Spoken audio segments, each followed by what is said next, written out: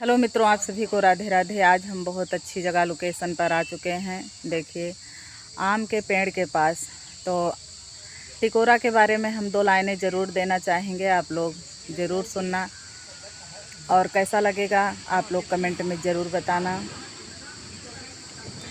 सैया ला दोई हमारे लिए आम का टिकोरा, सैया ला दोई हमारे लिए आम का टिकोरा, आम का टिकोरा सैया आम का टिकोरा, आम का टिकोरा सैया आम का टिकोरा, सैया ला दोई सैया ला दोई हमारे लिए आम का टिकोरा, सैया ला दोई हमारे लिए आम का टिकोरा।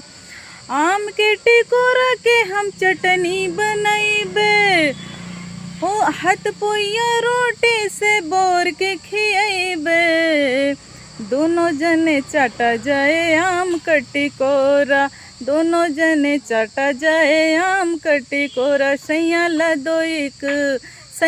दोई हमारे लिए आम का टिकोरा।